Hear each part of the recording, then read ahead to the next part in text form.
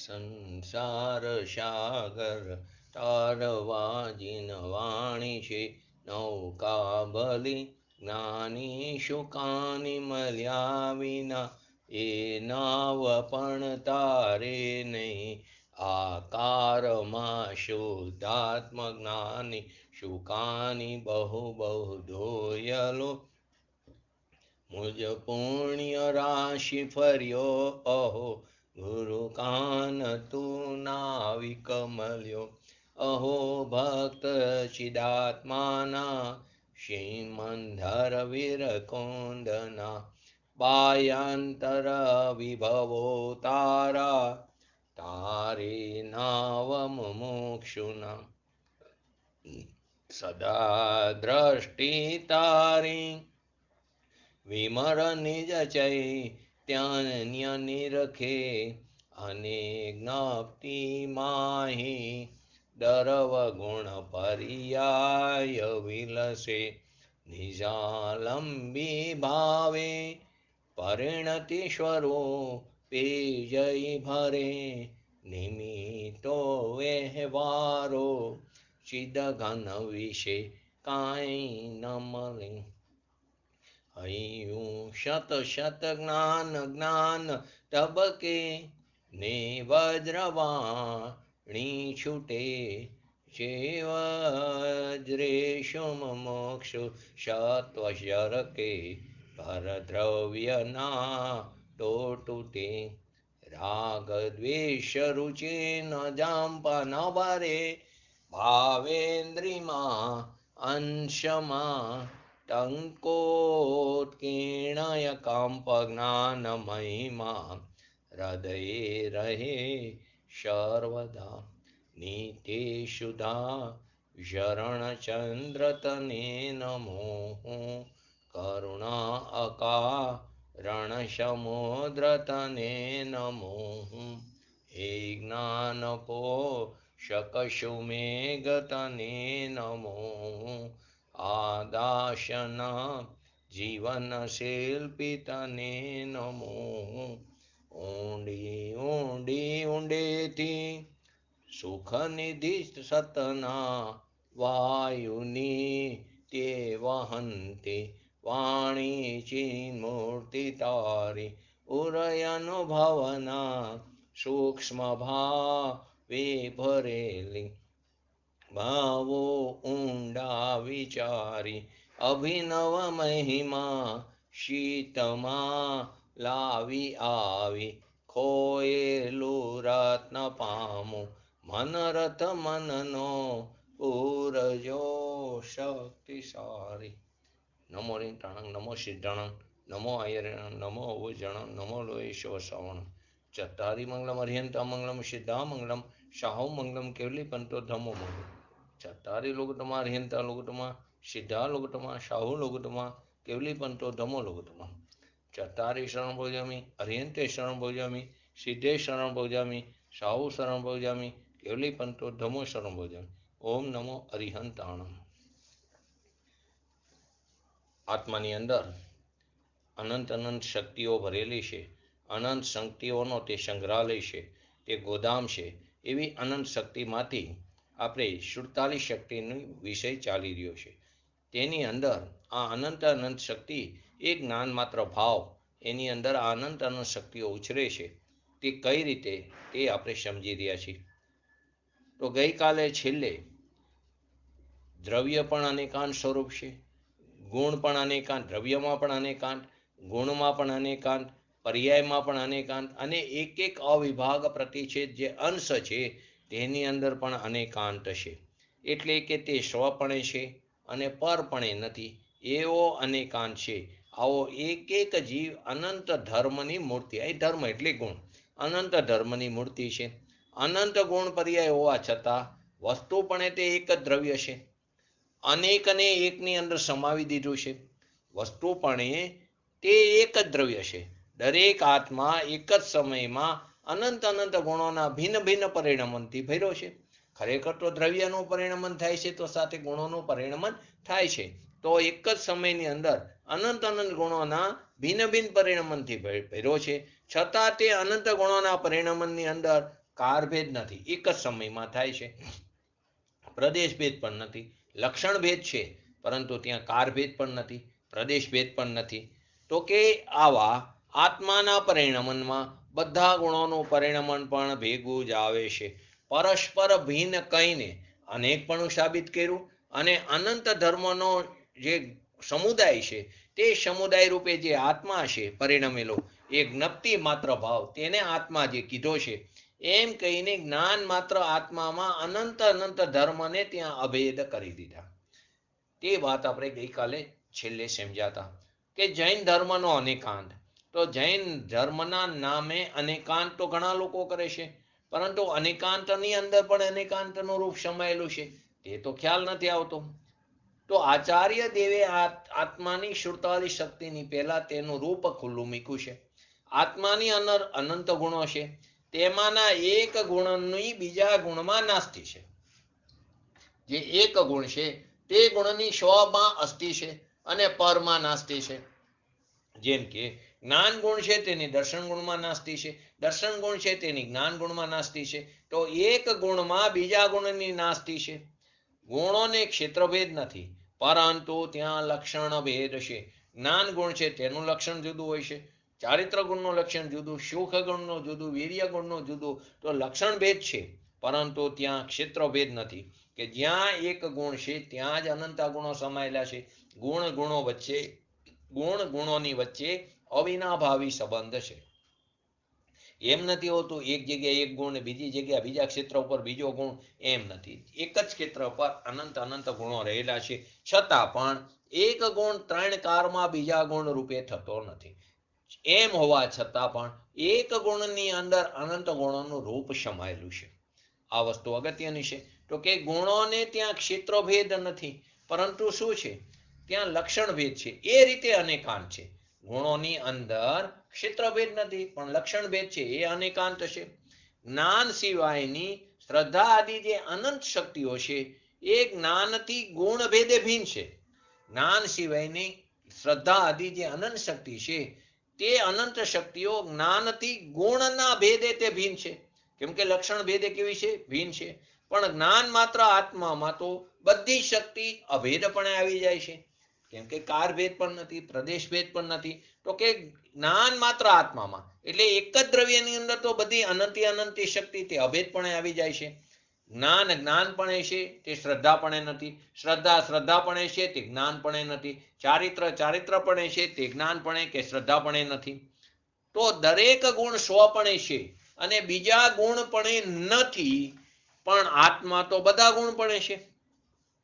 એક ગુણ સ્વપણે છે, સ્વમાં એનું અસ્તિત્વ છે, સ્વમાં તેનું હોવાપણું છે, સ્વમાં તેનું છેપણું છે, પરંતુ તે બીજા ગુણપણે નથી. પણ આત્મા તો બધા ગુણપણે છે. આ રીતે ગુણભેદ હોવા છતાં વસ્તુપણે તો આત્મા કેવો છે, એક રૂપ દ્રવ્ય છે. એક વસ્તુમાં આવી રીતે અનંત અસ્થિ નાસ્તિ ઉતારી શકાય. એક વસ્તુમાં અનંત વસ્તુઓ છે, અનંત જ્ઞેય પદાર્થ છે. તો એ અનંત જ્ઞેય પદાર્થમાં આ રીતે અસ્થિ નાસ્તિ ઉતરી શકે છે. વસ્તુના અનંત ગુણોમાંથી દરેક ગુણ પોતાપણે છે, જે દરેક ગુણ છે તે પોતાપણે સ્વપણે છે અને બીજા અનંત ગુણ રૂપે નથી, બીજા અનંત ગુણપણે નથી. સ્વપણે છે, બીજા અનંત ગુણપણે નથી. એકની અસ્થિમાં બીજા અનંતની નાસ્તિ છે. એકની અસ્થિમાં કોઈ પણ એક ગુણ લો, તેની અસ્થિમાં બીજા અનંત ગુણની શું આવી ગયું, નાસ્તિ છે. એ જ પ્રમાણે એક પર્યાય લો તો એક પર્યાયમાં પણ પોતાપણે અસ્થિ છે. જે પર્યાય ઉત્પન્ન થઈ તે પર્યાયનું તેમાં છેપણું છે, અસ્તિત્વ છે. તો તેમાં તેની અસ્થિ થઈ, પરંતુ બીજે અનંત પર્યાયોની નાસ્તિ થઈ. ભૂતકાળની પર્યાયનો ભવિષ્યકાળની, ભૂતકાળની અનંતી પર્યાય અને ભવિષ્યની પણ અનંતી પર્યાયની તેમાં નાસ્તિ છે. એનું નામ અનેકાંત કહેવામાં આવ્યું. હવે એનાથી પણ આગળ એક પર્યાયના અનંત અવિભાગ પ્રતિષેધ, એક પર્યાયના અનંત અવિભાગ અંશોમાંથી દરેક અવિભાગ અંશમાં પણ એ જ પ્રકારે અસ્થિ નાસ્તિ સમાવી શકાય છે, કરી શકાય છે, ઘટાવી શકાય છે. એનું નામ અનેકાંત. એક અવિભાગ પ્રતિષેધ અંશ બીજા અવિભાગ પ્રતિષેધ અંશ પણ નથી. સ્વપણે છે અને પરપણે નથી, એ રીતે ત્યાં પણ અનેકાંતને ઘટાવી શકાય છે. ફરીવાર અવિભાગ પ્રતિષેધ તે શક્તિનો નાનામાં નાનો અંશ છે. ચાર વસ્તુ લો: દ્રવ્ય, ક્ષેત્ર, કાર અને ભાવ. તો દ્રવ્યનો નાનામાં નાનો અંશ કોણ છે? તો કે પરમાણુ કે કાલાણુ. તે દ્રવ્યનો નાનામાં નાનો અંશ, એનાથી કોઈ નાનો ભાગ નથી. તેવી રીતે ક્ષેત્રની અપેક્ષાએ લો તો નાનામાં નાનો અંશ તો કે એક પ્રદેશ. એક પ્રદેશ કોને કીધો? એક પરમાણુ જેટલી જગ્યા રોકે તેને એક પ્રદેશ કહેવામાં આવ્યો. તો ક્ષેત્રની અપેક્ષાએ નાનામાં નાનો અંશ શું થયો? પ્રદેશ થયો. આવો આત્મા કેવો છે? નિશ્ચયથી અસંખ્યાત પ્રદેશી છે અને વ્યવહારથી દેહ પ્રમાણ છે. એ જે પ્રદેશ છે તે ક્ષેત્રની અપેક્ષાએ નાનામાં નાનો અંશ છે. કાર, તો કારની અપેક્ષાએ સમય છે, તો સમયથી નાનો કોઈ અંશ નથી. તો તે કારની અપેક્ષાએ નાનામાં નાનો અંશ છે કે એક સેકન્ડની અંદર સંખ્યાત હજાર કરોડા કરોડી આવલી છે અને એક આવલીની અંદર ચોથા નંબરનું જગન્ય અસંખ્યાત આવે છે, એટલા સમય છે. તો આનાથી નાનો બીજો કોઈ અંશ નથી. હવે છેલ્લો રહ્યો ભાવ. ભાવ કો, શક્તિ કો, તો કે એનો નાનામાં નાનો અંશ જે અહીં આપણે અત્યારે વાત કરી રહ્યા છીએ તે અવિભાગ પ્રતિષેધ, જેનાથી બીજો કોઈ નાનો અંશ નથી. આત્મામાં એક સમયમાં અનંત ગુણોથી તે પરિપૂર્ણ છે. વસ્તુમાં બધા ગુણો એક સાથે રહેતા હોવા છતાં પણ કોઈ પણ ગુણ કદી પણ બીજા ગુણ રૂપે થતો નથી. અનંત અનંત ગુણો એક સાથે એક જ ક્ષેત્રમાં રહેતા હોવા છતાં, અનંતે અનંતા ગુણોનું પરિણમન એક સમયમાં થતું હોવા છતાં એક ગુણ કદી પણ બીજા ગુણ રૂપે થતો નથી. જો એક ગુણ બીજા ગુણ રૂપે થાય, જો એક ગુણ બીજા ગુણ રૂપે થાય તો બીજો ગુણ ત્રીજા ગુણ રૂપે થાય, ત્રીજો ચોથા ગુણ રૂપે થાય. તો પછી શું થાય? તો એમ કરતા કરતા એક બધા ગુણો જે છે અનંત અનંત ગુણો તે એક ગુણ રૂપે થઈ જાય. એક ગુણ બીજા ગુણ, બીજો ત્રીજા, તો અનંત ગુણો તે એક ગુણ રૂપે થઈ જાય. તો કે એટલે કે એક ગુણ પોતે જ દ્રવ્ય થઈ જાય. અનંત ગુણોનો સમૂહ તેને દ્રવ્ય કહી છે. હવે અનંત ગુણોનો ન રહ્યા, એક જ ગુણ રહ્યો, કેમ કે એક ગુણ બીજા ગુણ રૂપે થયો. જો આવું થતું હોય તો શું થાય? એક જ ગુણ રહે, તો એક ગુણ રહે તો એ દ્રવ્ય થઈ જાત.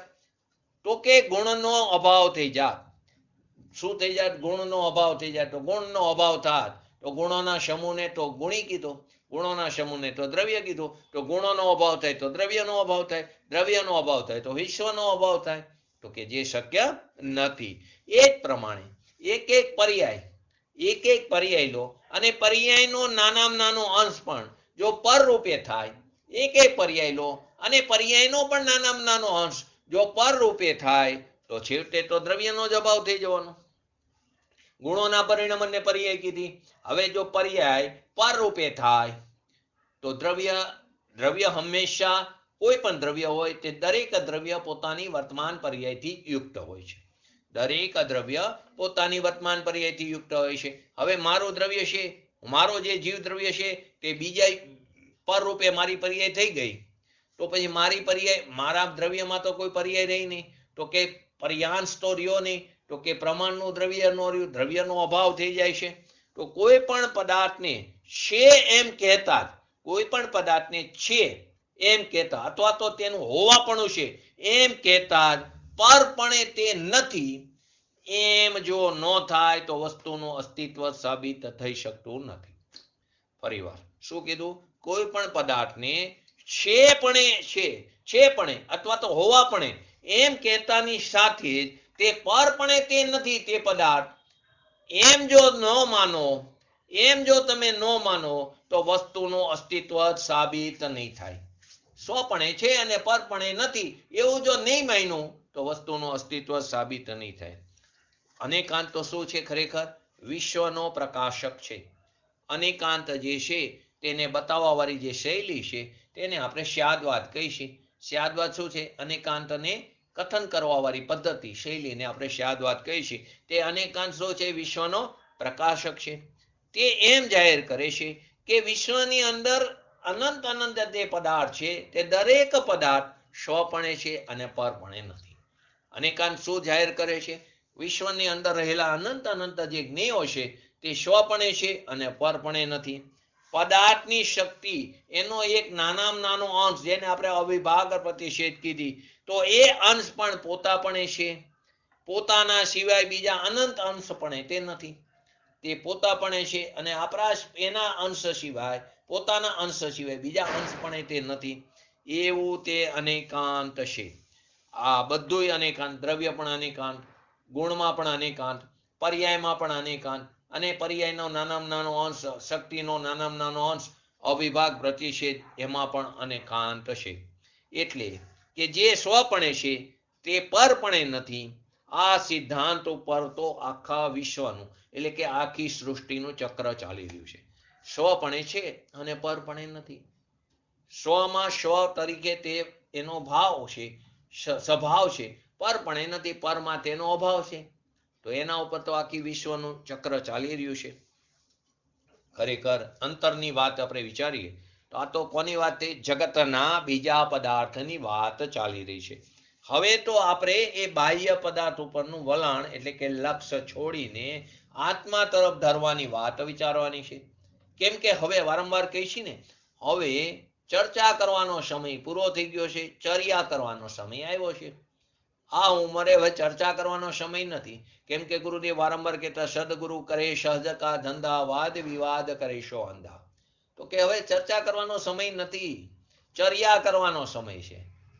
અનાદિકાળથી અનંત વાર સમજાવવામાં રહી ગયા, પણ એક આત્માને ન સમજ્યા. સમજાવનાર એમને કોરો ને કોરો રહ્યો, અને કદાચ કોઈ જીવની એવી ઉપાદાનની લાયકાત હોય, એને સમજીને એનું કાર્ય કરી લીધું, ઓલો પ્રશંસામાં રહી ગયો. તો કે બાહ્ય પદાર્થો તરફનું વલણ છોડીને આત્મામાં ધરવાની વાત છે. અંતર્મુખ થઈને જ્ઞાન માત્ર આત્માને લક્ષમાં લેતા, સ્વસ્વભાવ સન્મુખ થઈને જ્ઞાન માત્ર એવો જે આત્મા છે, એટલે સ્વદ્રવ્યને લક્ષમાં લેતા જે જીવ તેનો અનુભવ કરે છે, તેને જ્ઞાન માત્ર ભાવમાં અનેકાંતપણું કઈ રીતે છે, એ વાત અહીં આચાર્ય ભગવંત આપણને સમજાવી રહ્યા છે.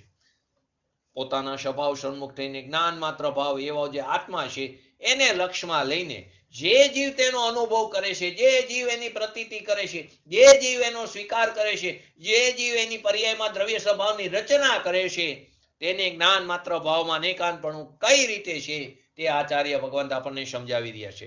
જેમાં પરસ્પર ભિન્ન ભિન્ન અનંત ધર્મો છે, એની અંદર પરસ્પર ભિન્ન ભિન્ન અનંત ધર્મ છે. લક્ષણ ભેદ છે ને, તો પરસ્પર ભિન્ન ભિન્ન અનંત ધર્મો છે. એવા અભેદ આત્માના લક્ષમાં લઈને જ્યાં જ્ઞાન પરિણમો, એવો અભેદ આત્માને લક્ષમાં લઈને જ્યાં જ્ઞાનનું પરિણમન થયું, ત્યાં તે જ્ઞપ્તિ માત્ર ભાવની સાથે, એટલે કે જાણન માત્ર ભાવની સાથે અનંત ગુણોનું પરિણમન પણ ભેગું છે. બોલવામાં આવે જ્ઞાન માત્ર ભાવ પરિણમો, પરંતુ એની સાથે અનંત અનંત શક્તિઓ પણ પરિણમે છે. એને શબ્દ આની અંદર આવશે, વારંવાર શક્તિના ઓલામાં ઉછરે છે, અનંત અનંત શક્તિઓ ઉછરે છે. તો અનંત ગુણોનું પરિણમન કેવું છે? ત્યાં ભેગું છે. જ્ઞાન માત્ર ભાવ એટલે એકલું જ્ઞાનનું જ પરિણમન થાય છે એમ નથી. સ્વભાવને લક્ષમાં લેતા તેની અંદર રહેલી અનંત અનંત શક્તિઓ ઉછરે છે જ્ઞાન માત્ર ભાવમાં. તો કે અનંત ગુણોનું પરિણમન ભેગું છે. અને જ્ઞાન રાગથી જુદું પરિણમે છે. જ્ઞાન જે છે તે રાગથી જુદું પરિણમે છે, પણ આત્માના અનંત જે ધર્મો છે એનાથી ક્યારેય જુદું નથી પરિણમતું. જ્ઞાન જે છે તે રાગથી જુદું પરિણમે, પણ એની અંદર રહેલા અનંત અનંત જે ધર્મ, એટલે અહીં ગુણ લેવાના, એનાથી તે જુદું પરિણમતું નથી. અનંત ધર્મોનું પરિણમન તેની અંદર ભેગું છે. આવી જે જાણન ક્રિયા છે, આવી જે જાણન ક્રિયા એટલે કે જ્ઞપ્તિ ક્રિયા, એ આત્માની નિર્વિકારી ધર્મ ક્રિયા છે. તે આત્માની કેવી છે? નિર્વિકારી ધર્મ ક્રિયા છે. આગળ પણ આપણે એક વાત ક્રિયાની વાત આવી, એક વિકારી ક્રિયા, એક નિર્વિકારી ક્રિયા, એક અવિકારી ક્રિયા. અત્યારે એ વિષય નથી, પરંતુ આગળ આપણે ચર્ચા થઈ ગઈ છે. તો કે તે કે આત્માની આ કેવી છે? નિર્વિકારી ધર્મ ક્રિયા છે, જ્ઞપ્તિ ક્રિયા. તો કે એ જે જ્ઞપ્તિ ક્રિયા છે, જેને આત્માની નિર્વિકારી ધર્મ ક્રિયા કીધી, તો આત્મા જે છે તે જ્ઞાપ્ત માત્ર ભાવ રૂપે, એટલે જાણન ભાવ માત્ર રૂપે, અને તે જ્ઞપ્તિ માત્ર ભાવની અંદર આ અનંતી અનંતી જે શક્તિઓ છે, એ શક્તિઓનું પરિણમન પણ અંદર ભેગું આવી જાય છે. આત્મા કેવો છે? જ્ઞાતા દ્રષ્ટા છે. તો કે એ જ્ઞાપ્ત માત્ર ભાવ, જ્ઞાપ્ત માત્ર ભાવ રૂપે છે. અને તે જ્ઞપ્તિ માત્ર જાણન માત્ર ભાવની અંદર અનંતે અનંતી શક્તિઓ પણ ભેગી આવી જાય છે, એનું પરિણમન પણ આવી જાય છે. માટે જ્ઞાન માત્ર આત્મામાં, માટે શું કીધું? જ્ઞાન માત્ર આત્મામાં અનંત અનંત શક્તિઓ ત્યાં ઉછરે છે, અનંત અનંત શક્તિઓ ત્યાં ઉછરે છે. પર્યાયને જ્યાં અંતરમાં, પર્યાયને જે બહાર તરફ ધરતી હતી તે પર્યાય સ્વ તરફ ધરે. ખરેખર એ બોલવામાં આવે છે, જે પર્યાય બહાર તરફ ધરતી હતી તે પર્યાયનો તો ત્યાં જ વ્યય થઈ જાય છે બીજા સમયે, પરંતુ નવી પર્યાય સ્વનું લક્ષ કરતી ઉત્પન્ન થાય છે. તો ત્યાં એમ કહેવામાં આવે છે, પર્યાય જ્યાં અંતરમાં અભેદ થઈને પરિણમી ત્યાં જ્ઞપ્તિ ક્રિયાપણે આત્મા જ પરિણમો છે. ત્યાં ખરેખર કોણ પરિણમો છે? આત્મા, દ્રવ્ય જ પરિણમ્યું છે. તો કે પરિણમો છે તેથી તે આત્મા છે. જ્ઞપ્તિ ક્રિયા માત્રમાં આત્મા જ પરિણમો છે, માટે તેથી તે આત્મા છે. કોણ? જ્ઞાન માત્ર ભાવ તે આત્મા જ છે. ને તે જ્ઞપ્તિ ક્રિયામાં અનંત અનંત ધર્મોનું પરિણમન પણ ભેગું હોવાથી અનંત ધર્મો વાળા આત્માને જ્ઞાન માત્રપણું છે એમ કહીને જ્ઞાન માત્ર ભાવની અંદર અનેકપણાને સમાવી દીધા. અનેકપણું છે ને, અનંત ગુણો, એને એકની અંદર સમાવી દીધું. તો જ્ઞપ્તિ માત્રમાં, જ્ઞપ્તિ ક્રિયામાં અનંત ધર્મોનું ભેગું પરિણમન હોવાથી અનંત ધર્મવાળા આત્માને જ્ઞાન માત્રપણું છે. જ્ઞાન માત્ર ભાવમાં અનંત અનંત શક્તિઓ છે તે ઉછરી રહી છે, એટલે કે પરિણમી રહી છે. કેવી રીતે? તો કે નિર્મળ પરિણમી રહી છે. તે નિર્મળ જે પરિણમી છે અનંત શક્તિઓ, કેમ? તો કે એની પ્રતીતિ કેવી રીતે આવે? કે સ્વભાવ તરફ લક્ષ કરતા, તો સ્વભાવ તરફ લક્ષ કરતા નિર્મળ પરિણમન થાય. માટે શક્તિમાં નિર્મળ પરિણમનની વાત ચાલી રહી છે. અનંતી સ્વભાવી શક્તિઓ વગર એકલું જ્ઞાન ક્યારેય રહી શકતું નથી. કેમ કે ગુણો જે છે કેવા છે? સ્વભાવી છે.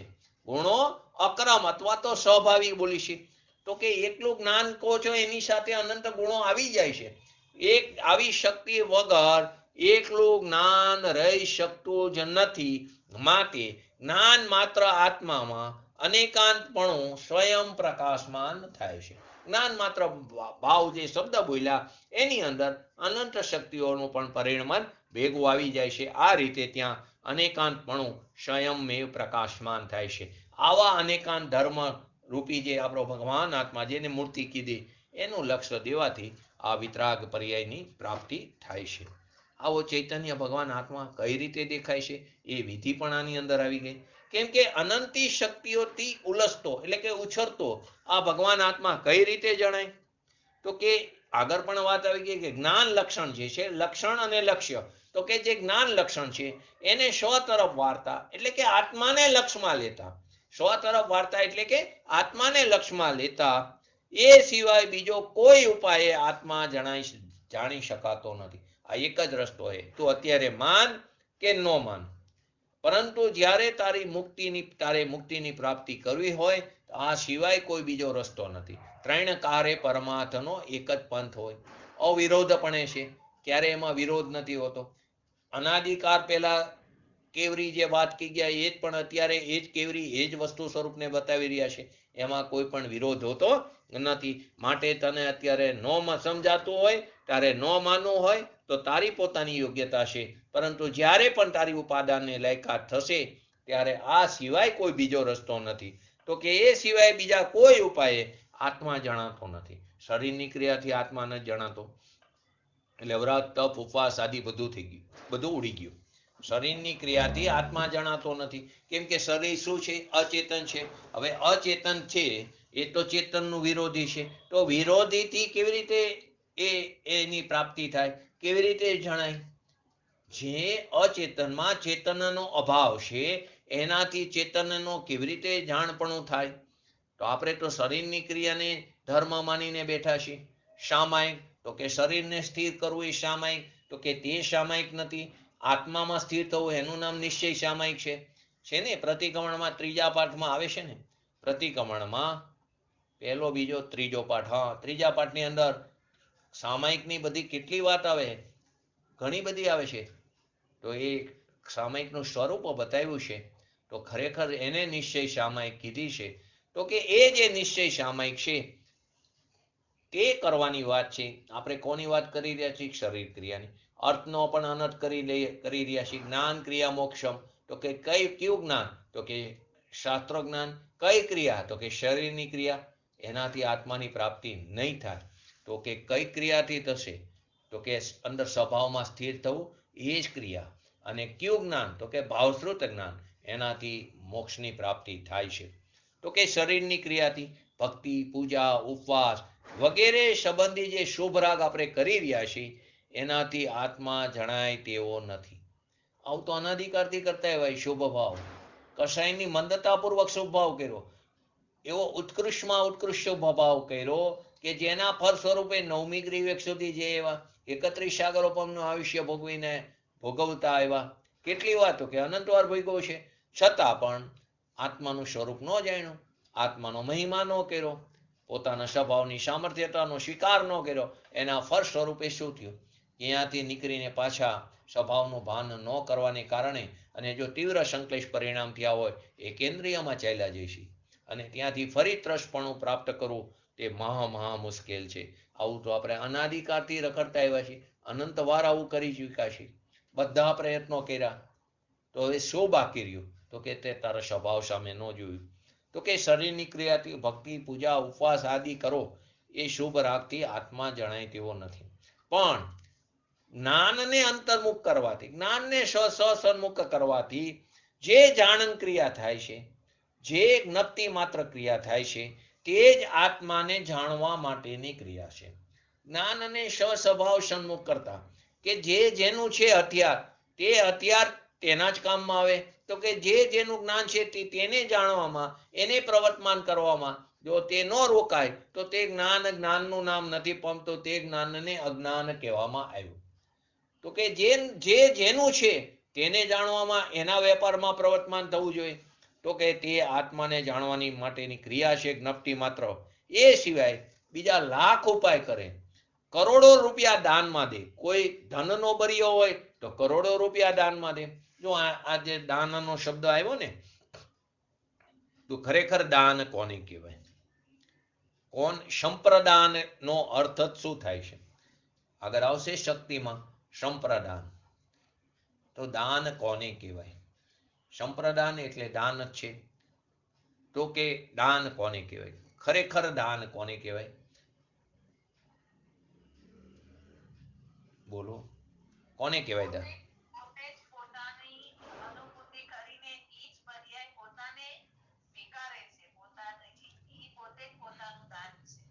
સરસ કીધું, જવાબ બરાબર છે. શાસ્ત્રોક્ત ભાષા થોડી નથી આવી, બાકી પરફેક્ટ છે. જે તમે કીધું એની અંદર એનો મર્મ આવી જાય છે. પર્યાયમાં શુદ્ધતાનું દાન દેવું, પર્યાયને શુદ્ધતાનું દાન દે છે.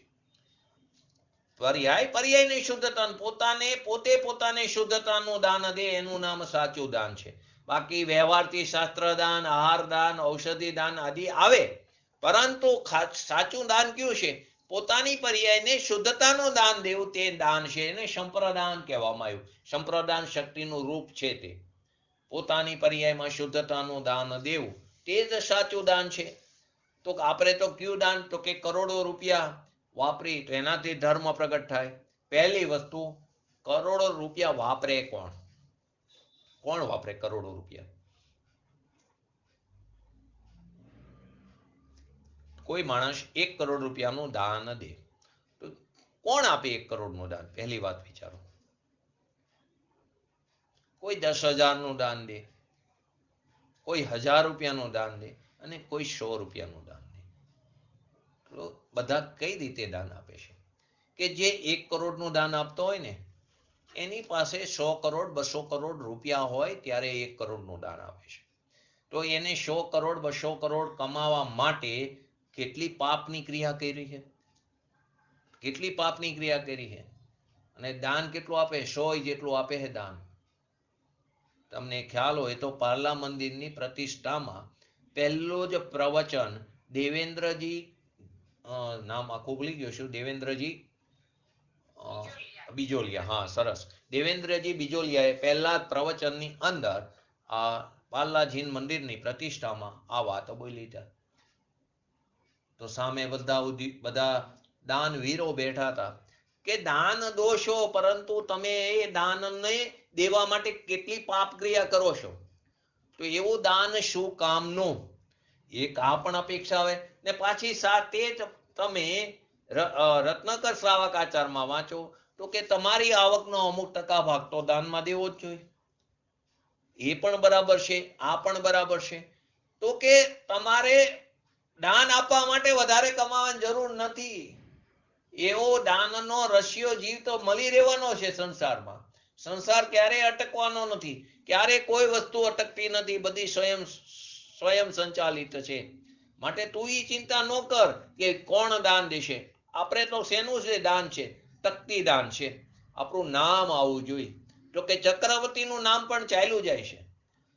એને ચક્રવર્તીને નામ લખવું હોય ને તો આખો પહાડ ભરેલો હોય છે, તો એ નામ ભૂસીને પોતાનું નામ લખવું પડે છે. તો આ તો ક્યાંય નામ ચાલ્યું જશે.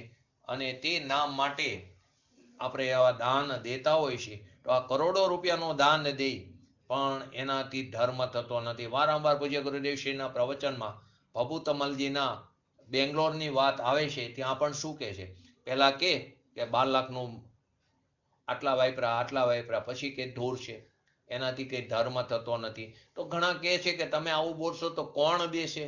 તો કે તો થવાના કરે, જેમ થવાનું એમ થશે. કોણ દેશે દાન?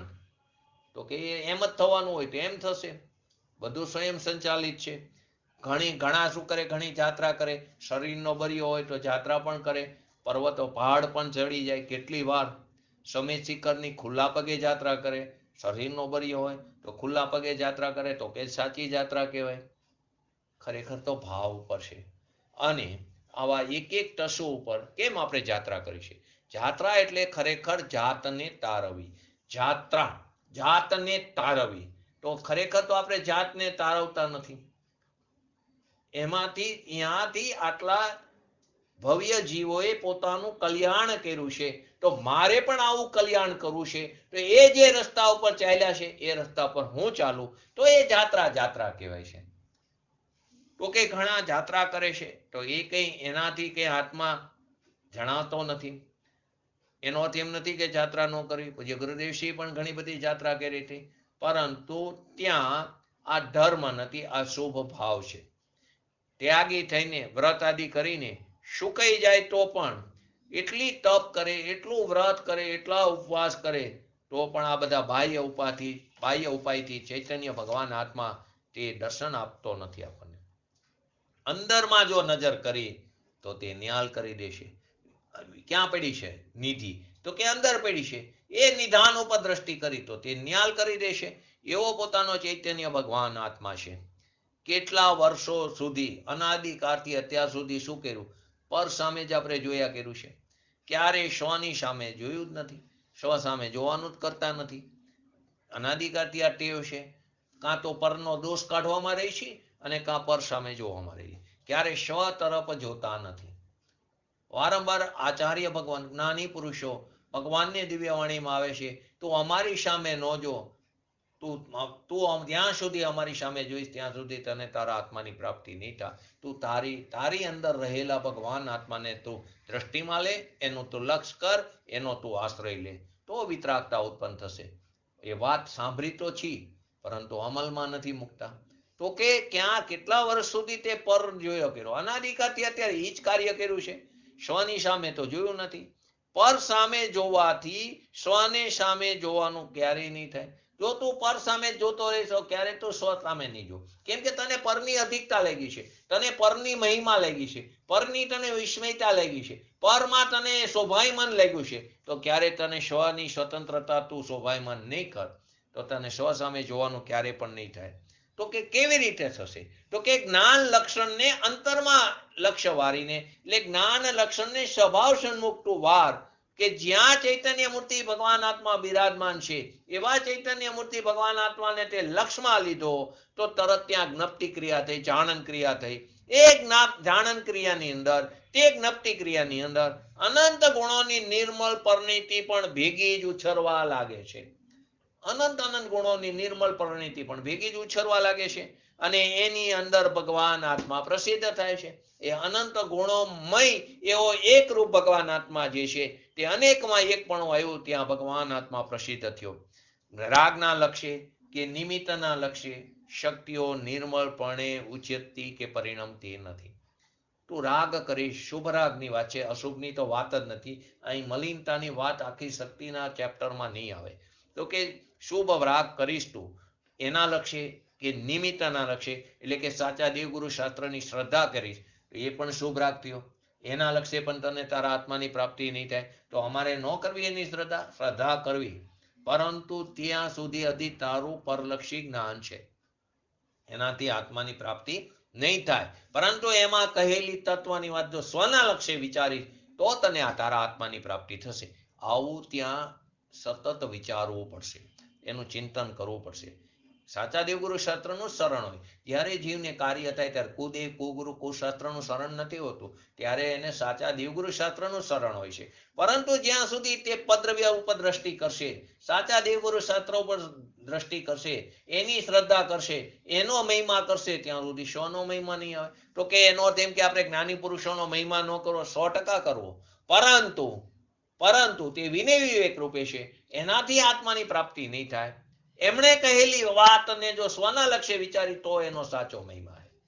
પૂજ્ય ગુરુદેવસિંહના શિષ્ય ક્યારેક કહેવાશું કે પૂજ્ય ગુરુદેવસિંહે જે આપણને આત્મા શબ્દ સમજાવ્યો, એ આત્માના લક્ષ્ય આત્માની પ્રાપ્તિ થાય છે. આત્માનો માર્ગ આત્મામાંથી નીકળીને આત્મામાં સમય છે, અને આપણે આત્મા સામે જોતા નથી. 45 વર્ષ સુધી જે ભવ્ય જીવે, જે જ્ઞાની પુરુષે કે જે તીર્થંકરના દ્રવ્યે જે આપણને આ વાત કરી છે, તે વાતને આપણે વિચારતા નથી.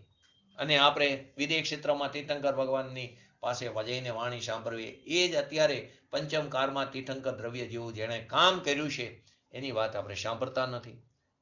અમૃતચંદ્ર આચાર્યજીએ ગણધર જેવું કામ કર્યું, કુનકુન આચાર્યજીએ પંચમ કાળમાં તીર્થંકર જેવું કામ કર્યું, અને પૂજ્ય ગુરુદેવશ્રીએ પણ તીર્થંકર દ્રવ્ય જેવું આ પંચમ કાળમાં કામ કર્યું. આડતિયા બનીને આપણને આ વસ્તુને સમજાવી છે, પરંતુ આપણે છે સમજવા તૈયાર નથી ને.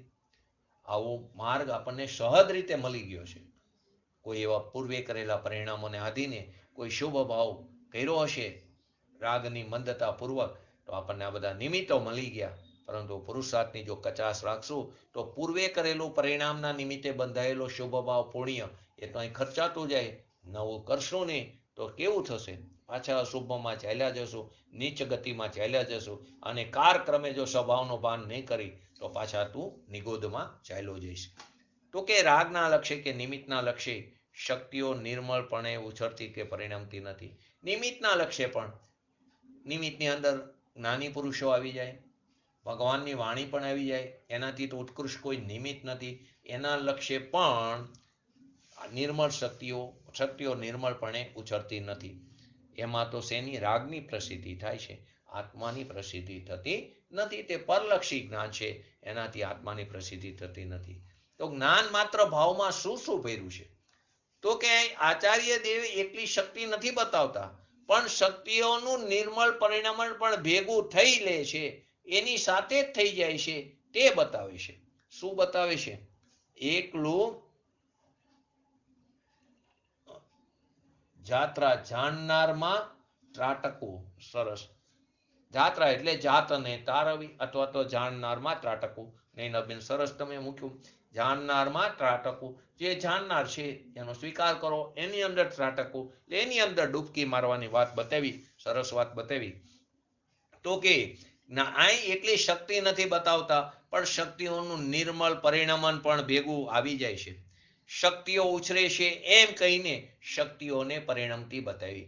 જ્યાં જ્યાં શબ્દ આવે શક્તિઓ ઉછરે છે જ્ઞાન માત્ર ભાવમાં, તો સમજવું શક્તિઓ નિર્મળપણે પરિણમતી બતાવી છે.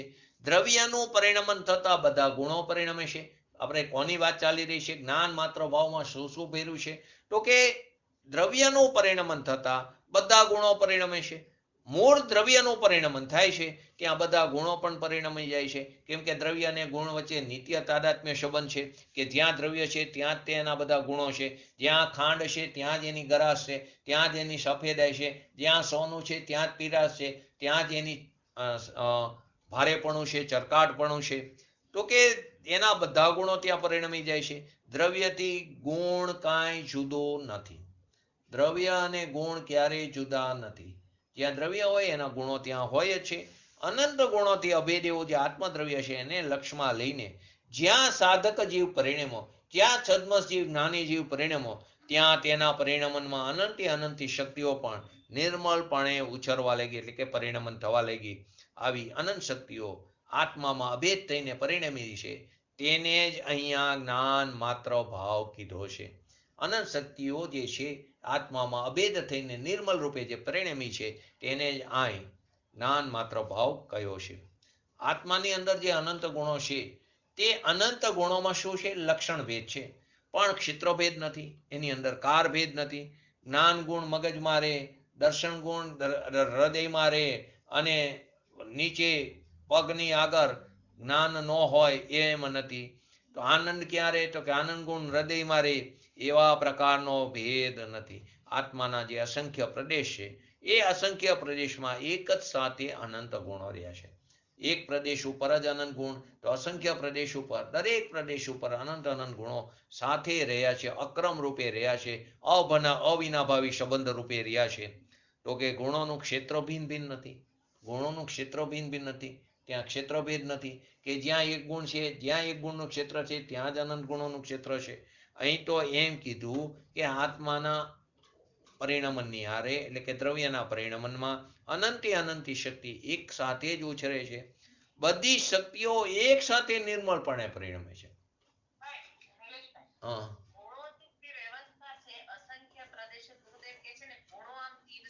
તીર્છા.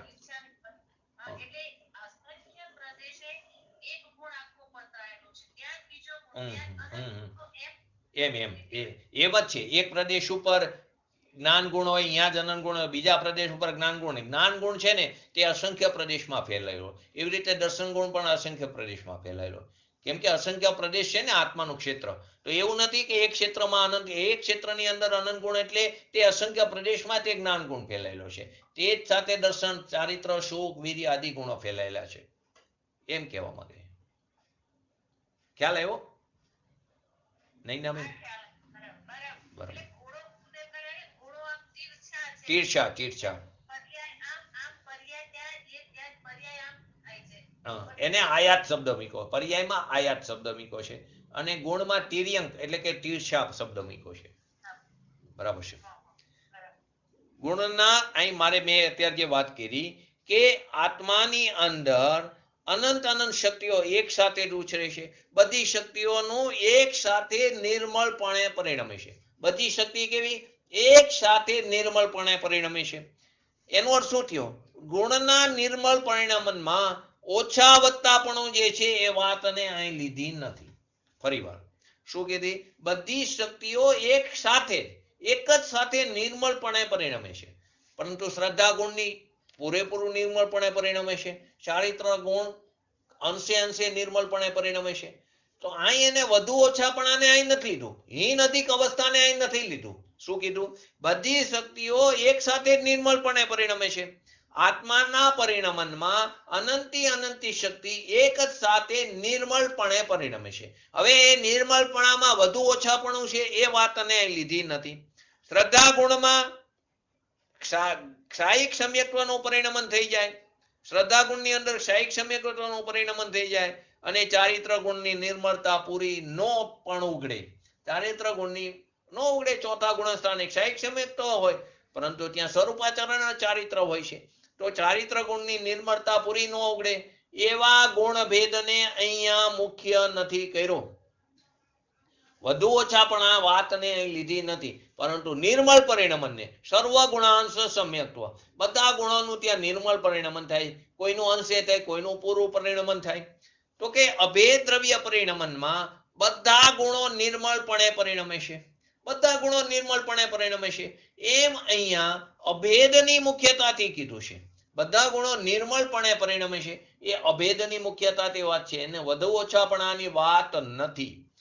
અભેદ દ્રવ્યની દ્રષ્ટિમાં સાધક જીવ પરિણમે છે, ત્યાં સમ્યક શ્રદ્ધા, સમ્યક જ્ઞાનની સાથે ચારિત્ર આદિ વગેરે ગુણોનો અંશ પણ ભેગો જ પરિણમે છે. જ્ઞાન, દર્શન, ચારિત્ર બધા ગુણોનો અંશ ત્યાં ભેગો જ પરિણમે છે.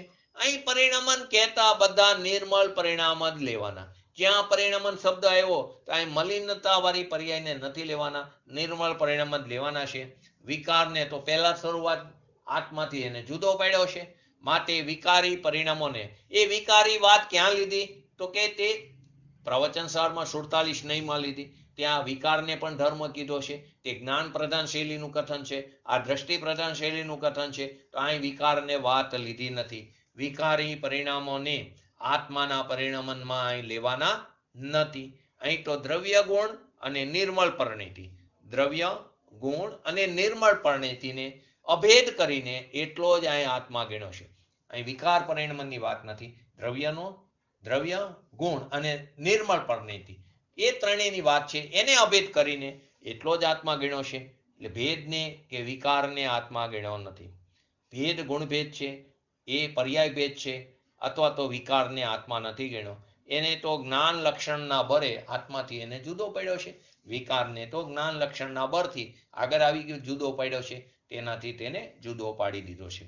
સમ્યક દર્શન થતા કોઈ પણ જીવને વિતરાગ દશા, ધર્મની દશા પ્રગટ થાય ત્યારે બધા ગુણો એક સાથે પૂરેપૂરા ખીલી નથી જતા. બધા ગુણો એક સાથે પૂરા ખીલતા નથી. એટલે ગુણભેદ છે. પરંતુ વસ્તુપણે બધા ગુણો અભેદ છે. જો એક દ્રવ્યને લો તો બધા ગુણો કેવા છે? અભેદપણે છે. તેથી બધા ગુણોનો અંશ તો એક સાથે જ ઉઘડી જાય છે. ફરીવાર શું કીધું? સમ્યક દર્શન થતા બધા ગુણો એક સાથે પૂરેપૂરા ખીલી નથી જતા. એટલે કે ગુણભેદ થયો. શ્રદ્ધા ગુણ પૂરેપૂરો ખીલે છે, ચારિત્ર ગુણ ક્રમે ક્રમે ખીલે છે, તો એ ગુણભેદ થયો. પરંતુ વસ્તુપણે જુઓ તો બધા ગુણો અભેદ છે. વસ્તુપણે જુઓ તો અભેદ છે. વસ્તુ તો બધા ગુણો કેવા છે? અભેદ છે. તેથી બધા ગુણોનો અંશ છે તે એક સાથે ત્યાં ઉઘડી જાય છે. એક ગુણ તદ્દન શુદ્ધ થઈ જાય અને બીજા ગુણની અંદર સર્વતા મલિનતા રહે. એક ગુણ તદ્દન શુદ્ધ થઈ જાય અને બીજા ગુણમાં સર્વતા મલિનતા રહે, અંશે પણ નિર્મળતા ન થાય, તો ગુણો સર્વથા ભેદ રૂપે થઈ જાય. પરંતુ ગુણોનું સ્વરૂપ તો ભેદાભેદ છે. ફરીવાર શું કીધું? એક ગુણ તદ્દન શુદ્ધ રૂપે પરિણમે અને બીજો ગુણ મલિન રૂપે રહે, એમાં સર્વથા મલિનતા રહે, એ અંશે પણ નિર્મળ ન થાય, તો શું થશે? તો બધા ગુણો કેવા થઈ જાય? સર્વથા ભેદ રૂપે થઈ જાય. એમ બનતું નથી. અહીં તો જ્ઞપ્તિ માત્ર ભાવની અંદર બધા ગુણોનું પરિણમન એક સાથે જ છે. જાણન ક્રિયાની અંદર બધા ગુણોનું પરિણમન તો એક સાથે જ છે. નિર્મળતા, હીનતા, અધિકતા, નિર્મળતાની અંદર હીનપણું, અધિકપણું એટલે હીનાધિકતામાં ભેદ પડે જે છે તેને અહીંયા ગૌણ કર્યો છે. નિર્મળતાની અંદર કોઈમાં હીનપણું છે, ઓછી નિર્મળપણે પરિણમે છે, કોઈ પૂર્ણ રૂપે નિર્મળ રૂપે પરિણમે છે. તો હીનપણું, અધિકપણું જે છે એ હીન અધિકતાનો જે ભેદ પડ્યો તેને અહીંયા ગૌણ કરવામાં આવ્યો છે. હા બોલો.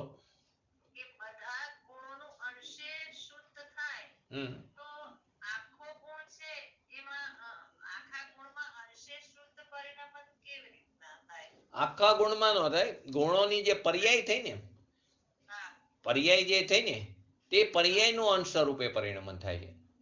જે પરિણમન થયું એ શુદ્ધ થયું છે. જે પરિણમન થયું તે શુદ્ધ થયું, પણ પૂરેપૂરું ગુણનું પરિણમન શુદ્ધ રૂપે નથી થતું. એની જે ગુણોનું પરિણમન એને પર્યાય કીધી. તો ખરેખર તો ગુણ તો શુદ્ધ છે પૂરેપૂરો, પરંતુ એનું જે પર્યાયમાં પરિણમન થયું તે પૂરેપૂરું નિર્મળ નથી થતું. ત્યાં દોષ રહેશે, ત્યાં દોષ રહેશે.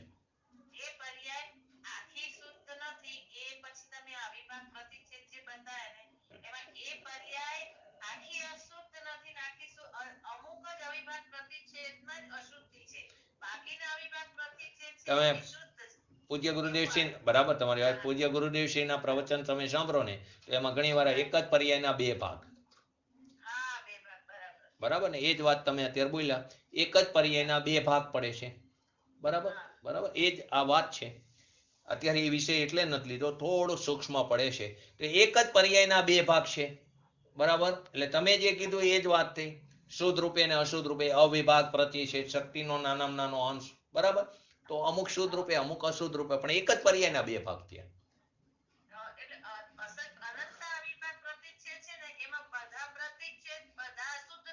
બધા શુદ્ધ પણ નથી, બધા શુદ્ધ પણ નથી. અમુક ગુણોમાં, અમુક ની પૂરેપૂરી શુદ્ધ રૂપે પરિણમન થાય. અહીંયા બધા અવિભાગ પ્રતિષેધ શુદ્ધ રૂપે પરિણમે છે. બરાબર, તો અહીં હીન અધિકતાનો ભેદ પડ્યો એને ગૌણ કીધો. તો અહીંયા અનંત શક્તિ વાળા આત્માને જ્ઞાન માત્ર કહીને ઓળખાયો અને તે જ્ઞાન માત્ર ભાવમાં અનંતી અનંતી શક્તિઓ પણ ભેગી જ પરિણમી છે એમ આચાર્ય દેવનું બતાવવાનું પ્રયોજન છે. હવે આચાર્ય દેવે આટલી અનંત શક્તિમાંથી કેટલીક શક્તિનું વર્ણન કર્યું છે. તો કેટલીક કેમ કીધી? કેમ કેટલીક કીધી? અનંત શક્તિનું વર્ણન ન કર્યું. કેટલીક કેમ કીધી? તો કે છદ્મસ જીવ જે છે તે સામાન્યપણે આત્મામાં અનંત શક્તિઓ છે એમ જાણી તો શકે છે, જ્ઞાનમાં જણાય તો છે, પણ વચનથી કહી નથી શકાતું. એની લિમિટેશન છે, મર્યાદા છે. જાણી તો શકે છે, તે વિશેષપણે અનંતી અનંતી શક્તિને ભિન્ન ભિન્ન જાણી ન શકે, તેમજ વાણી દ્વારા અનંતી શક્તિઓનું વર્ણન પણ ન થાય. તે વિશેષપણે તે અનંત અનંત શક્તિઓને ભિન્ન ભિન્ન જાણી પણ ન શકે, કેમ કે 1 કરોડ પૂર્વનું જ આયુષ્ય છે ભગવાનનું, પણ વધારેમાં વધારે 1 કરોડ પૂર્વ. તો 1 કરોડ પૂર્વની અંદર તો સમય તો ફિક્સ થઈ ગયા. આ તો અનંત ગુણો છે જેનો કોઈ અંત નથી. એટલા અનંત ગુણો છે. કેટલા અનંત ગુણો, એની પણ આખરી પરિભાષા સમજો એટલે ખ્યાલ આવે કે 6 મહિના ને 8 સમયમાં 608 જીવ જે સિદ્ધ દશા પામ્યા છે એના કરતા પણ અનંત અનંત ગણા તો કેટલા છે? નિગોદિયા જીવ છે. હવે એ જે નિગોદિયા જીવ જે છે એ નિગોદિયા જીવ જેટલી એ જે જીવ રાશિ જે થઈ ને એ જીવ રાશિનો વર્ગ કરતા જાઓ. એ જીવ રાશિનો વર્ગ કરતા, વર્ગ એટલે 4 નો વર્ગ 16, 16 નો વર્ગ 256. તો એ જે વર્ગ કરતા જાઓ ને તો અનંતનો વર્ગ કર્યો, જે સંખ્યા આવી જીવ રાશિ જે છે તે અનંત. એ અનંત જીવ રાશિનો વર્ગ કર્યો, જે જવાબ આવ્યો એનો પણ વર્ગ કરો, એનો પણ વર્ગ કરો. તો એવો અનંતવાર વર્ગ કરો, અનંતવાર વર્ગ કરો, તે લોકમાં રહેલા પરમાણુની સંખ્યા આવે. હવે લોકમાં રહેલા પરમાણુની જે સંખ્યા આવી એ સંખ્યાનો વર્ગ કરો, એનો જે જવાબ આવે એનો વર્ગ કરો, એનો જે જવાબ આવે એનો વર્ગ કરો. તો એવો અનંતવાર એ પરમાણુની સંખ્યાનો વર્ગ કરો તો 3 કાળના સમયની સંખ્યા આવે. હવે 3 કાળના સમયની સંખ્યાથી પણ અનંત ગુણા આકાશના પ્રદેશો છે, અનંત પ્રદેશ. હવે જે આકાશના અનંત પ્રદેશ છે એનાથી પણ અનંત ગુણા આત્માની અંદર ગુણો છે, અનંત ગુણો છે. એની તો કેવી રીતે વર્ણન કરી શકે લોકમાં? તો કે વિશેષપણે તે અનંત અનંત શક્તિને તે ભિન્ન ભિન્ન જાણી પણ ન શકે, તેમજ વાણી દ્વારા પણ અનંત અનંત તો મેં જાણી ન શકે એની આગળ વિશેષપણે મૂક્યો શબ્દ. તો વિશેષપણે તે અનંત અનંત શક્તિઓને ભિન્ન ભિન્ન જાણી પણ ન શકે, તેમજ વાણી દ્વારા અનંત અનંત શક્તિઓનું વર્ણન પણ ન થઈ શકે. વાણીમાં તો અમુક જ આવે. તેથી અહીં પ્રયોજનભૂત એવી 47 શક્તિની વાત સમયસારના પરિશિષ્ટની અંદર બતાવી છે. તો સૌથી પહેલી જીવત્વ શક્તિ. આત્માની અંદર 2 પ્રકારના પ્રાણ છે, એક દ્રવ્ય પ્રાણ અને એક ભાવ પ્રાણ. દ્રવ્ય પ્રાણ કેટલા હોય છે? બોલો, દ્રવ્ય પ્રાણ કેટલા હોય છે? બોલો, ક્યાં ક્યાં 10 હોય છે? સરસ.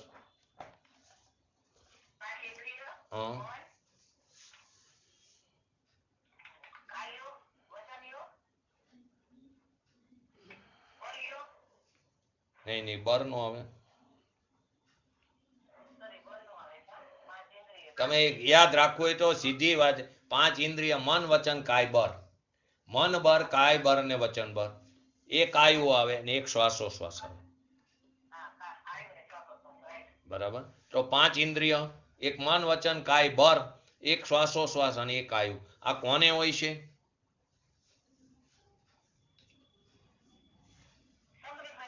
સંઘની પંચેન્દ્રિય જીવને હોય છે. એક ઇન્દ્રિયને કેટલા પ્રાણ હોય છે? આપણે જીવત્વ શક્તિ આવતી વખતથી ચાલુ કરશું. આ થોડુંક આ વસ્તુ લઈને, એક ઇન્દ્રિયને કેટલા પ્રાણ હોય છે?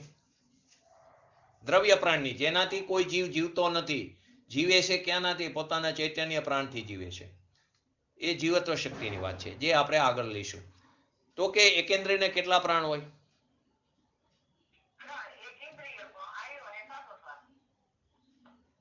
ક્યું? 4. સરસ. ક્યાં ક્યાં બોલો? સ્પર્શ ઇન્દ્રિય, કાય બર. 3 બરમાંથી એક જ બર છે કાય બર. એક ઇન્દ્રિય છે સ્પર્શ ઇન્દ્રિય. શ્વાસ ને આયુ તો દરેક જીવને છે. તો સ્પર્શેન્દ્રિય અને બરમાંથી એક કાય બર, ઇન્દ્રિયમાંથી એક સ્પર્શ ઇન્દ્રિય, શ્વાસોશ્વાસને આયુ. તો એને 4 પ્રાણ છે. પછી બે ઇન્દ્રિયને કેટલા પ્રાણ આવશે?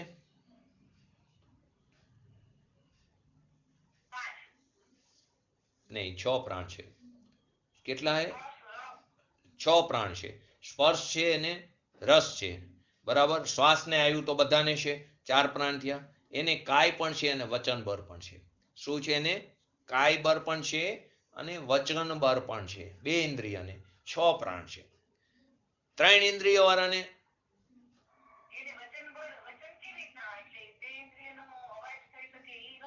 હમ હમ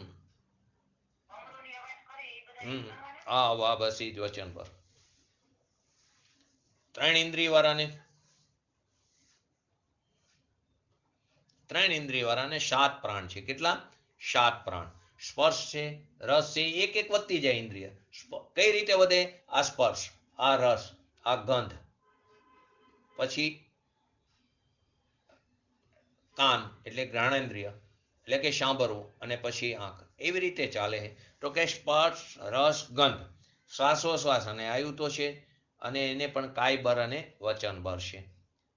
તેને પણ કાય બર અને વચન બર છે. 4 ઇન્દ્રિય વાળાને 8 પ્રાણ છે. સ્પર્શ, રસ, ગંધ અને શ્વાસોશ્વાસ ને આયુ તો છે. એને 8 પ્રાણ ક્યાં ક્યાં કીધા? સ્પર્શ છે, રસ છે, ગંધ છે, ચક્ષુ છે, અને શ્વાસોશ્વાસ આયુ, અને કાય બર અને વચન બર. અસંગની પંચેન્દ્રિયને 9 પ્રાણ છે. સ્પર્શ, રસ, ગંધ, ચક્ષુ, કર્ણ પણ છે. એને શ્વાસોશ્વાસ છે, આયુ છે, એને પણ કાય અને વચન. મન નથી, કેમ કે અસંગની કીધું. અને સંગની જે પંચેન્દ્રિય છે તેને 10 પ્રાણ છે. તો એની અંદર એક મન બર આવી ગયું. તો આ પ્રકારે 10 પ્રકારના જે દ્રવ્ય પ્રાણ છે તેને શું કહેવામાં આવ્યું? એને જડ પ્રાણ કહેવામાં આવ્યા. તો અહીં જે જીવત્વ શક્તિની વાત આપણે આગળ ચાલશે, તો જીવ જે છે તે જીવત્વ શક્તિથી જીવી રહ્યો છે. ચૈતન્ય ભાવ જે છે તે આત્માના જીવનનું કારણ છે. સિદ્ધ ભગવાન શેનાથી જીવે? તો કે ચૈતન્ય ભાવથી, એની જીવત્વ શક્તિથી જીવી રહ્યા છે. તો કે કોણ? સિદ્ધ ભગવાન નહીં, આપણે પણ જીવત્વ શક્તિથી જીવી રહ્યા. આપણને એનો સ્વીકાર નથી, પરંતુ એ સ્વીકાર કરવા માટે, એને સમજવા માટે આપણે સિદ્ધ ભગવાનને લઈ છીએ. એ અશરીરી છે, છતાં પણ તે જીવી રહ્યા છે. એને કોઈ આહાર નથી. આપણે તો કે નહીં નહીં, જમશું નહીં તો નહીં જીવી, પાણી નહીં લઈ તો નહીં જીવી શકી. તો કે એ જીવી રહ્યા છે વગર પાણીએ, વગર ભોજન આદિએ. તો શેનાથી જીવી રહ્યા? તો કે જીવત્વ શક્તિથી જીવી રહ્યા છે. ચૈતન્ય ભાવ જે છે તે આત્માના જીવનનું કારણ છે. પોતાના જ્ઞાતા સ્વભાવ સન્મુખ થયેલી જે જ્ઞાન પર્યાય વડે જ આત્માનું જીવન છે. એ જ્ઞાન પર્યાય વડે એટલે ચૈતન્ય ભાવ વડે જ આત્માનું જીવન છે. જે જીવ જીવન શક્તિને જાણે, જે જીવ આવી જીવન શક્તિ એટલે કે જીવત્વ શક્તિને જાણે, તેનું આત્મજીવન જુદી જાતનું થઈ જાય, અલૌકિક થઈ જાય, અપૂર્વ થઈ જાય. કેમ કે પૂર્વે આવું કંઈ પ્રગટ નથી કર્યું, તો અપૂર્વ અલૌકિક થઈ જાય છે. આ જીવન શક્તિ રૂપ સંજીવનીનું જો આપણે સેવન કરી, આ જીવત્વ શક્તિ એને સંજીવની કીધી, એનું જો સેવન કરી તો ક્યારેય મરણ નથી થતું. સંજીવનીનું કોણ? આપણે લૌકિકમાં સંજીવની બુટ્ટી, તો કે જે એનું કોઈ દી મરણ ન થાય, અમર થઈ જાય. અહીં પણ એમ કહે છે કે તું જીવત્વ શક્તિ રૂપી સંજીવનીનું જો સેવન કરીશ તો તારું કદી મરણ નહીં થાય. કદી થતું જ નથી, પણ આ તો સમજાવવા માટે, તારું કદી મરણ નહીં થાય, તું એવો સ્વીકાર કર. સંતોએ આ જીવન શક્તિ રૂપી સંજીવની આપીને આત્માનું અમર જીવન આપણને બતાવ્યું છે. માટે આપણે આ ભવ્ય જીવ છીએ, તો આપણે પણ આ ભવ્ય જીવે આ જીવત્વ શક્તિનું સેવન કરવું જોઈએ. આ સંજીવનનું સેવન કરીને આપણો આત્મા જે અજર અમર અવિનાશી છે તેને આપણે સિદ્ધ કરવો જોઈએ, એને પ્રસિદ્ધ કરવો જોઈએ. એ પ્રસિદ્ધ કરવા માટે આત્માને લક્ષ્યમાં લઈને, આત્માનો આશ્રય કરીને આપણી પર્યાયમાં શીઘ્ર ને શીઘ્ર વિતરાગતા પ્રગટ કરી, એવી પરમ વિરલ ભાવના સાથે આજનું વ્યક્તિત્વ પૂરું કરું. જય જીનેન્દ્ર. બોલો જીનવાણી સ્તુતિ. જીનવાણી સ્તુતિ બોલો, કોઈ પણ બોલો. નૈના બેન જ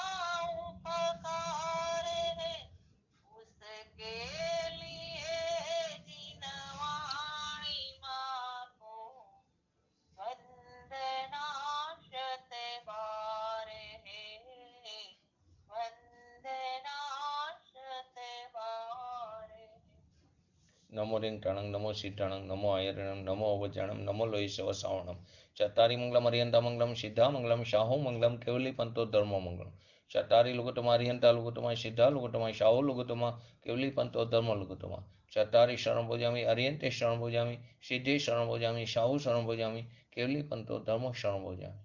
बोलिए श्री पंच परमेष्टि भगवंतोनो जय हो। बोलिए श्री जीनवाणी मातनो जय हो। बोलिए श्री परम पूज्य परमोपकारी सदगुरु देवनो जय हो। बोलिए श्री प्रसन्न मूर्ति भगवती मातनो जय हो। बोलिए श्री सनातन जैन दिगंबर धर्मनो जय हो जय हो जय हो।